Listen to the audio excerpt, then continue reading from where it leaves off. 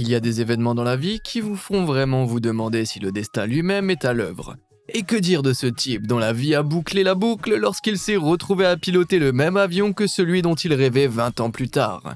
Ou encore cette incroyable photobombe qui a réuni deux jeunes mariés des décennies avant leur première rencontre. Restez à l'écoute pour découvrir une foule d'histoires à couper le souffle comme celle-ci dans cet épisode de la série Une coïncidence sur un million, qu'il vous faudra voir pour y croire. Un pressentiment obscur. La plupart des gens ont peur de quelque chose, comme les araignées, les clowns ou la hauteur. Mais pour l'homme d'affaires uruguayen Ramón Artgaveitía, cette peur était celle des bateaux. Monsieur Artgaveitía n'a pas toujours été aussi pétrifié. En fait, il est né dans une famille imprégnée de l'histoire de la mer. Juste avant de mourir, son grand-père a même offert au père de Ramón une rame spéciale qui portait l'inscription « Si tu sais t'en servir, tu n'auras jamais faim. Tes ancêtres ont toujours survécu grâce à la mer, c'est ton destin, suis-le. » Le 24 décembre 1871, Ramón est à bord du navire América, qui fait la course avec un autre navire dans le port de Montevideo, lorsque la pression élevée de la chaudière provoque un incendie. Ramón a sauté à la mer et a nagé pour sauver sa vie, devenant l'une des 65 personnes qui ont survécu à cet horrible accident sur 114 passagers de première classe, 20 de seconde et 30 de la classe populaire. Nombre d'entre eux ont subi de terribles brûlures, et cette épreuve a suffi à dissuader le pauvre Ramón de remettre les pieds sur un bateau pendant les 41 années suivantes. Après avoir évité les voyages à tout prix, Ramón s'est finalement préparé à reprendre la mer pour un voyage spécial entre l'Europe et les États-Unis en 1912. Dans une lettre, il écrit « Je vais enfin pouvoir voyager, et surtout, je vais pouvoir dormir tranquillement. Le naufrage de l'América a été terrible. Des cauchemars continuent de me tourmenter. » Malheureusement, sa malchance n'est pas tout à fait passée. Le 10 avril 1912, Monsieur Artgaveitía monte à bord du Titanic, devenant bientôt l'un des quelques 1500 passagers qui ont perdu la vie lors du naufrage historique du 14 avril. Et il s'avère que vaincre ses peurs n'est pas toujours la bonne chose à faire. Arbre double. Quelque part entre Grana et Piemonte en Italie pousse un arbre qui ne ressemble à aucun autre. Cet arbre étrange est connu sous le nom de double arbre de Casorzo. Et les touristes viennent de loin pour s'émerveiller de cet exploit naturel apparemment impossible. Qu'est-ce qu'il a de si étrange, vous demandez-vous? Eh bien, ce n'est pas exactement un arbre, mais deux. Le double arbre est un mûrier sur lequel pousse un cerisier à part entière, sans jamais menacer de tomber. Personne ne sait exactement comment cette coïncidence miraculeuse a pu se produire, mais la théorie la plus répandue veut qu'un oiseau ait un jour déposé une graine sur le mûrier, qui a ensuite développé des racines à travers le tronc creux de son hôte pour atteindre le sol en dessous. Bien que les arbres qui poussent de manière parasitaire sur un autre arbre, autrement appelés arbres épiphytes, ne soient pas particulièrement inhabituels, il est extraordinairement rare qu'ils atteignent la taille et la durée de vie du spécimen de Casorzo, ce qui en fait un arbre vraiment génial. Un mariage, 7 funérailles. Tout le monde veut que son mariage soit le jour parfait. Mais lorsque les choses ne se passent pas exactement comme prévu, il suffit de se souvenir de cette histoire époustouflante. En 1867, le prince Amadeo de Savoie, le duc Aoste, souhaite épouser la noble italienne Maria Vittoria dal Pozzo. Bien que le roi Victor Emmanuel II d'Italie, le père du prince, ait désapprouvé dans un premier temps en raison du statut inférieur de Maria, il a finalement accepté le mariage. Les noces ont eu lieu le 30 mai 1867, mais la journée était marquée par la tragédie. Le premier mauvais présage survint avant la cérémonie, lorsque la costumière de la mariée est retrouvée pendue au chevron de sa loge.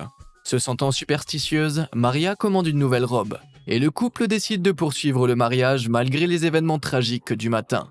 Malheureusement, la cérémonie est retardée 2 fois de plus par des événements bizarres. Tout d'abord, l'officier qui conduit la procession de mariage au palais à l'église souffre d'une insolation et s'effondre. Ensuite, lorsque les portes du palais ne s'ouvrent pas, le gardien est également retrouvé sans vie sur le terrain voisin. Sans se décourager, le mariage a continué, mais la malédiction était loin d'être terminée. Quelques minutes après la cérémonie, le témoin s'est accidentellement tiré une balle en vérifiant son pistolet de cérémonie. Alors qu'il se rendait à la gare pour partir en lune de miel, l'officier qui avait rédigé le contrat de mariage a été victime d'un accident vasculaire cérébral et le chef de gare, inquiet, est tombé sous les roues de la locomotive nuptiale qui approchait. Le roi a alors décidé que c'en était assez et a ordonné à la voiture nuptiale de faire demi-tour. Cependant, le comte de Castiglione, qui chevauchait le carrosse, est tombé de son cheval et s'est retrouvé sous les roues du carrosse, marquant ainsi la 7e tragédie de la journée. S'il y avait un signe que 2 personnes ne devraient peut-être pas être ensemble, ce mariage maudit en serait vraiment un. Ouais, c'est vraiment pas de chance. Croyez-vous aux malédictions ou juste au mauvais karma ? Dites-moi ce que vous en pensez ci-dessous, et je répondrai à quelques-uns d'entre vous si vous avez des histoires intéressantes pour le prouver. En attendant, vous pouvez augmenter vos chances de rester du bon côté du karma en donnant un peu d'amour à ces boutons j'aime et s'abonner. Oh, et n'oubliez pas non plus l'icône de la cloche. Ne m'en voulez pas si les choses commencent à mal tourner, je vous ai prévenu. Une erreur de parcours. Après avoir vu l'un des films Destination Finale, on peut avoir du mal à croire qu'une série d'accidents bizarres et fantastiques n'est pas vraiment dirigée contre vous. Sauf si vous vivez ceci, bien sûr. En 2004, dans le petit village de Mundheim, dans l'ouest de la Norvège, un éboulement a fait dégringoler 2 énormes rochers du flanc de la montagne, dont les 2 plus gros se sont arrêtés brusquement de part et d'autre d'une maison pittoresque au bord de la route. La maison appartenait à une femme de 80 ans, Sigrid Ugleus, qui se trouvait à ce moment-là chez son fils à l'autre bout du pays, et n'a entendu parler de l'événement que plus tard aux informations locales. Madame Ugleus n'est jamais retournée chez elle, mais les rochers sont restés sur place pour rappeler cette remarquable coïncidence. Bien que l'une des pierres ait été brisée au fil du temps pour être utilisée comme matériau de construction, le plus gros bloc peut encore être vu aujourd'hui devant la maison abandonnée. C'est ce que j'appelle un sacré coup de chance. Affaire classée. Toutes les enquêtes policières ne se terminent pas par un arc parfait. Et il arrive que les autorités se trompent lourdement. Demandez à Joan Catalan. Bien qu'il ait assisté à plusieurs matchs mémorables au Dodger Stadium dans son enfance, aucun n'a eu autant d'impact que sa sortie pour voir les Dodgers de LA le 12 mai 2003. Non seulement Catalan a obtenu des billets à la toute dernière minute, mais c'est aussi le match qui lui a sauvé la vie. 3 mois après le match, le monde de Catalan a été bouleversé lorsqu'il a été arrêté pour un crime qu'il n'avait pas commis, le meurtre de Marta Puebla, 16 ans, également le 12 mai 2003. Bien sûr, Catalan avait un alibi puisqu'elle se trouvait à 30 km de là au match des Dodgers avec sa fille Melissa. Mais cela ne suffisait pas au procureur. Tout espoir n'était pas perdu pour autant, et l'avocat de la défense de Catalan a promis de passer au crible les images des caméras internes du stade des Dodgers dans l'espoir de trouver une trace de son client. Mais la recherche n'a rien donné. C'est alors que Catalan a une illumination. Il s'est soudainement souvenu qu'il avait vu une équipe de tournage dans sa section du stade ce soir-là pour l'émission de télévision Curb Your Enthusiasm de l'humoriste Larry David. Comme on pouvait s'y attendre, le Catalan, vêtu de son maillot Kevin Brown numéro 27, a été vu en train de regagner ses sièges avec sa petite fille sur l'une des images granuleuses. Et il a été acquitté du crime. Ce qui est encore plus étonnant, c'est que Catalan s'est également souvenu qu'ils avaient d'abord été arrêtés par un agent, de sorte qu'ils n'ont pas interrompu le tournage. Mais pour une raison quelconque, ils ont changé d'avis et ont laissé le père et la fille retourner à leur siège. Pouvez-vous imaginer ce qui se serait passé si Melissa n'avait pas demandé une collation ce jour-là ? Le scénario maudit. L'incomparable Atuk était une comédie classique sur un poète inuit de l'Alaska qui se retrouve à New York. Ça a l'air très amusant, non ? Malheureusement, le film n'a jamais vu le jour, non pas parce qu'il était particulièrement mauvais, mais parce que le scénario, qui était adapté du livre de Mordecai Richler, a tué par inadvertance 6 acteurs. Le film devait initialement être tourné au Canada au début des années 1980 avec John Belushi dans le rôle d'Atuk. Mais le 5 mars 1982, Belushi a fait une overdose mortelle dans sa chambre d'hôtel. Après avoir perdu son rôle principal, le rôle a été confié à Sam Kinison en 1986. Mais 8 jours après le début du tournage, Kinison s'est retrouvé en conflit avec le studio qui a décidé de réécrire le scénario, et un procès s'en est suivi. Le film a été mis en attente jusqu'en 92, date à laquelle la production devait reprendre, mais pendant les négociations, Kinison a également connu une fin prématurée dans un accident de voiture. Sans se décourager, l'équipe de la production propose le rôle à John Candy en 1994, mais celui-ci meurt d'une crise cardiaque le 4 mars de la même année, à l'âge de 43 ans. Certains ont même affirmé que Candy lisait le scénario à ce moment-là. Heureusement, Candy était déjà en pourparlers avec son ami, Michael O'Donoghue, pour rejoindre le casting, mais en novembre, il est également décédé d'une hémorragie cérébrale. Atuk a été relancé en 97 avec Chris Farley dans le rôle principal, mais le 18 décembre, il a fait une overdose de la même manière que l'acteur original John Belushi. Le dernier homme à se glisser dans la peau d'Atuk était Phil Hartman, l'ami de Farley. Mais il a été tragiquement tué par sa propre femme 5 mois seulement après le décès de Farley. Donc il me semble que ce script soit maudit, n'est-ce pas? Ou peut-être que ça a quelque chose à voir avec le fait qu'un groupe d'hommes blancs ait été choisi pour jouer un Inuit. Mais je m'égare. Le destin des photobombes. Que vous croyez ou non au destin, cette petite coïncidence romantique a de quoi faire fondre les cœurs les plus froids. En 2018, alors qu'il fouillait dans de vieilles photos, l'utilisateur de Reddit Pixbor est tombé sur cette photo de son cousin, le solitaire à gauche, qui a été prise lors d'une excursion au Pao de Axujar à Rio de Janeiro, en 85. Vous pensez peut-être que le pauvre gars n'était pas d'humeur à se faire photographier ce jour-là, mais il ne fait pas vraiment partie de la famille, ou du moins il ne l'était pas à l'époque. Le cousin de Pixbor se trouvait par hasard au Pao de Axujar ce jour-là, sans se douter qu'il allait accidentellement bloquer la photo de vacances de sa future femme. Pour rendre les choses encore plus folles, cette photo a été prise 7 années entières avant que le couple ne se rencontre pour la première fois. Pouvez-vous imaginer la surprise du couple lorsqu'il a réalisé que leur première photo ensemble existait depuis si longtemps sans qu'ils le sachent? Voilà une photo à montrer aux futurs enfants un jour. N'est-ce pas mignon? Y a-t-il des tourtereaux qui regardent cette vidéo et qui croient que le destin les a réunis d'une manière aussi étonnante que celle-ci? Vous avez peut-être découvert que vous connaissiez étant enfant, que vous avez peut-être photobombé le selfie de votre partenaire avant même de le rencontrer. Quoi que ce soit, je veux le savoir. Commentez ci-dessous ou contactez-moi à l'adresse coïncidence@beamazed.com pour me faire part de vos coïncidences étonnantes et je pourrai bien vous présenter dans le prochain épisode. Voici un autre photobombe charmant que vous ne pourriez pas recréer si vous essayez. Bien sûr, ce pigeon furtif a peut-être ruiné votre photo touristique bien pensée, mais combien de personnes peuvent dire qu'elles ont pris une photo avec un oiseau en plein vol? Le pauvre type ne faisait que passer. Rêvez grand.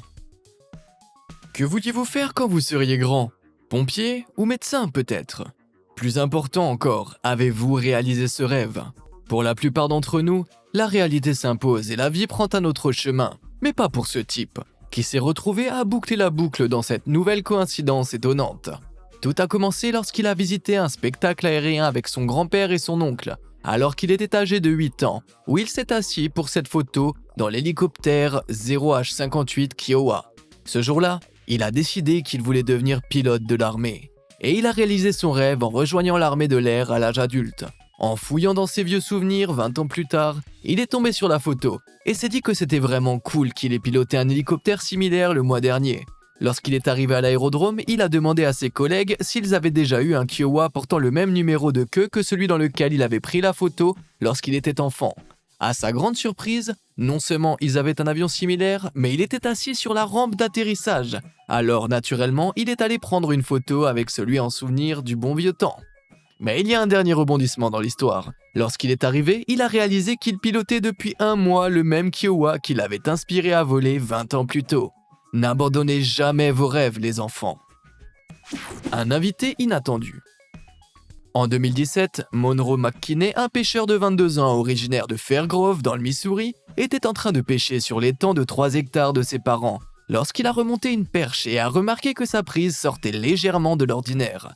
Lorsqu'il a voulu retirer son hameçon, il a vu quelque chose sortir de la bouche du poisson, ce qui a failli le faire tomber dans le lac sous le choc. En y regardant de plus près, il s'est rendu compte que la créature logée à l'intérieur était en fait une minuscule taupe. Ce qui est la dernière chose que l'on s'attend à voir, non? La façon dont elle s'est retrouvée à l'intérieur du poisson est assez surprenante. Bien que les taupes soient souvent ramenées à la surface pendant les inondations et qu'elles soient connues pour être de bonnes nageuses, peut-être que ce pauvre petit gars ne regardait pas où il allait. Bien qu'il ait été trop tard pour sauver la pauvre taupe, le poisson a été relâché sain et sauf dans le lac. C'est ce que j'appelle une prise unique dans une vie. La prédiction de Bruce Lee. Bruce Lee était l'une des stars des arts martiaux les plus charismatiques et les plus emblématiques d'Hollywood. Mais son héritage est également entaché d'une sombre malédiction. La carrière de l'idole du kung-fu a été malheureusement interrompue à 32 ans, lorsqu'il a succombé à un œdème cérébral fatal le 20 juillet 1973. La tragédie n'a fait que redoubler lorsque son fils Brandon, également acteur, est mort prématurément 20 ans plus tard, le 31 mars 1993, à l'âge de 28 ans. Mais les sceptiques ont depuis découvert une étrange coïncidence qui suggère que Bruce Lee aurait en fait prédit le destin de son fils avant sa propre mort. Le dernier film de Bruce, intitulé Game of Death, le jeu de la mort, qui était incomplet au moment de sa mort et qui est sorti en 1978, présentait d'étranges similitudes fictives avec les circonstances entourant la mort de Brandon. Dans ce film, Billy, le personnage de Bruce Lee, est tué après que son adversaire se soit introduit sur le plateau de tournage où il filme une fusillade et remplit son arme de vraies balles au lieu de balles à blanc. 15 ans après la première de Game of Death, Brandon a été tragiquement tué sur le plateau du tournage du film The Crow par un prétendu faux pistolet qui a été accidentellement chargé d'une vraie balle de calibre 44. Coïncidence ou véritable malédiction, cette histoire a de quoi donner la chair de poule à n'importe qui. Le numéro 0888 888 888. Nous vivons tous dans la crainte de recevoir un appel téléphonique étrange, comme dans les films Scream. Mais que se passerait-il si c'était votre propre numéro de téléphone qui était maudit ? Je sais que cela semble totalement absurde, mais cela s'est réellement produit en Bulgarie avec le numéro 0888 888 888.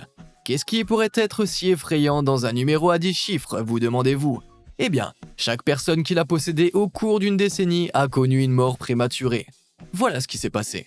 La première victime de ce numéro maudit a été Vladimir Grachnov, ancien PDG de la société bulgare de téléphonie mobile Mobitel, qui a émis ce numéro, décédé d'un cancer en 2001 à l'âge de 48 ans.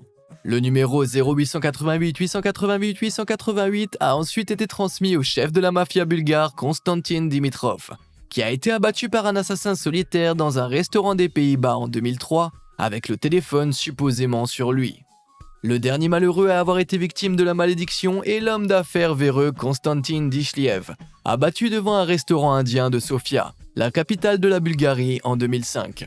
Bien sûr, on pourrait dire que les deux Constantins étaient des escrocs et qu'ils ne pouvaient que s'attirer des ennuis, mais les Bulgares ont été tellement convaincus par cette étrange coïncidence que les autorités ont suspendu définitivement le numéro en 2010. Croyez-vous à la malédiction du 0888 888 888 ? Sosie divin. Apparemment, il y a environ une chance sur 135 qu'une paire de sosies complets existe quelque part dans le monde. Mais les chances que vous rencontriez réellement votre image miroir sont encore plus minces. Pourtant, il existe de nombreuses personnes dans le monde qui ont été stupéfaites après avoir découvert leur étrange ressemblance dans les endroits les plus inattendus. Il suffit de regarder ce type, par exemple. On parle d'inspiration divine ? Se pourrait-il que ce type soit vraiment le second avènement du Christ lui-même ? Ce sont de grandes bottes à remplir, ou devrais-je dire, des sandales. Et il n'y a pas que les humains qui espèrent rencontrer leur double un jour. Regardez cette libellule qui pensait clairement qu'elle était tombée sur son jumeau perdu depuis longtemps, se rafraîchissant sur le pied de cette femme. Pas de chance, mon pote. Mais si l'on considère que les libellules s'accouplent à l'aide des appendices situés au bout de leur queue, il se pourrait que quelque chose de plus étrange se passe ici. Sous le charme. On dit qu'il ne faut jamais rencontrer ses idoles, mais l'utilisateur de Reddit d'Albert King a poussé cette phrase célèbre encore plus loin lorsqu'il a posté cette coïncidence étonnante. Vous voyez, notre Dame Dalberg est un tourneur sur bois professionnel qui est tombé un jour sur ce joli bol fait main dans un magasin vintage. En regardant de plus près, ils ont remarqué la marque de Reiki, le tourneur sur bois qui les avait inspirés à pratiquer ce hobby quand ils étaient enfants, et ont su qu'ils devaient l'acheter. Mais les coïncidences ne se sont pas arrêtées là. Une fois rentrés chez eux, ils n'arrivaient toujours pas à se défaire de l'impression que ce bol particulier leur était étrangement familier. Après avoir déniché le livre Wood Turning and Design, qui avait alimenté leur passion d'enfant 31 ans plus tôt, ils sont tombés sur une page qui montrait exactement le même bol. Des chances que cela se produise sont vraiment d'une sur 1 million. Il n'est donc pas surprenant que Dalberg affirme aujourd'hui que ce bol est son bien le plus précieux. Que pensez-vous de ces coïncidences insensées ? Vous avez vous aussi des histoires hallucinantes à raconter ? N'hésitez pas à m'en faire part dans les commentaires ci-dessous ou à me contacter à l'adresse coincidence@beamazed.com. Il se peut même que je présente votre histoire dans le prochain épisode. Et comme toujours, merci de nous avoir suivis.